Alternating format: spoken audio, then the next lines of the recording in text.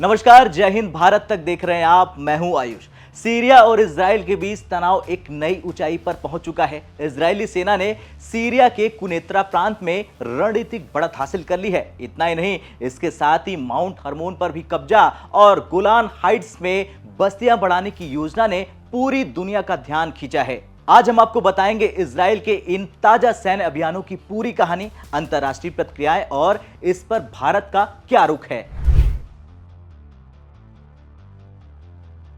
दरअसल रूसी समाचार एजेंसी स्पुतनिक की रिपोर्ट के अनुसार इजराइल ने सीरिया के कुनेत्रा प्रांत की 95% रणनीतिक पहाड़ियों और सैन्य चौकियों पर कब्जा जमा लिया है। इजराइल ने यह सैन्य अभियान 8 दिसंबर को दमिश्क पर विद्रोहियों के कब्जे के तुरंत बाद शुरू किया है।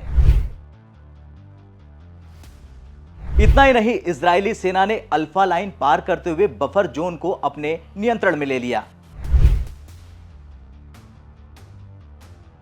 इसके साथ ही साथ गोलान हाइट्स की सबसे ऊंची चोटी, जिसे आंखों की चोटी कहा जाता है, अब पूरी तरह से इजरायली नियंत्रण में है। इजरायली प्रधानमंत्री बेंजामिन नेतन्याहू ने इस क्षेत्र का दौरा किया और सेना को 2025 तक तैनात रहने का निर्देश भी दिया।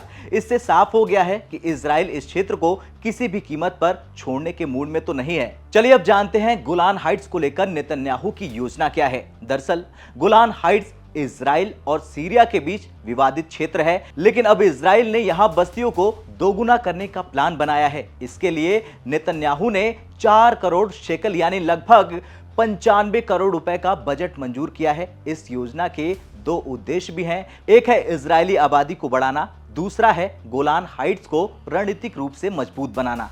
तो वहीं मुस्लिम देशों ने इस पर तीखी प्रतिक्रिया दी है। सऊदी अरब के विदेश मंत्री ने इसे अवैध ठहराते हुए इजराइल के इस कदम की निंदा की है। यह भी साफ कर दिया गया है कि इस तरह के कदम से क्षेत्रीय स्थिरता और शांति को खतरा हो सकता है। इजराइल के इन कदमों ने अंतर्राष्ट्रीय समुदाय को 2 धड़ों में बांट दिया है। अमेरिका जैसे देशों ने इजराइल की सुरक्षा को प्राथमिकता देते हुए उनके कदमों का समर्थन कर डाला है, तो सऊदी अरब, ईरान और लेबनान जैसे मुस्लिम देश इसे अवैध और अंतर्राष्ट्रीय कानून का उल्लंघन मानते हैं। संयुक्त राष्ट्र ने इस पर चिंता जताते हुए कहा है कि इस प्रकार के कदम क्षेत्रीय स्थिरता के लिए खतरनाक साबित हो सकते हैं।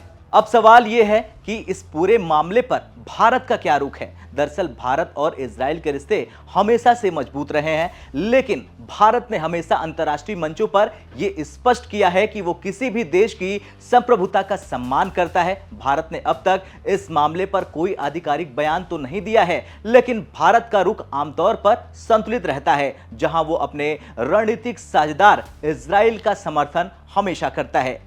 लेकिन साथ ही मुस्लिम देशों के साथ संबंधों को ध्यान में भारत रखता है। भारत का ये रुख उसे अंतर्राष्ट्रीय मंच पर एक जिम्मेदार और संतुलित शक्ति बनाता है। खैर, ये थी इजराइल और सीरिया के बीच बढ़ते तनाव की पूरी कहानी। इजराइल का कहना है कि ये कदम उनकी सुरक्षा सुनिश्चित करने के लिए है, लेकिन इसका असर पूरे मध्य पूर्व पर पड़ेगा। भारत का संतुलित रुख उसे इस मामले में सीधे तौर पर शामिल होने से रोकता है। आने वाले दिनों में देखना यह होगा कि क्या कोई शांति समझौता हो पाता है इस क्षेत्र में, या फिर यह विवाद और भी बढ़ता जाएगा। आपका क्या कुछ कहना है? जिस तरह से इजराइल की सेना ने कब्जा जमा लिया है, उसे लेकर कमेंट कर जरूर बताएं। जय हिंद।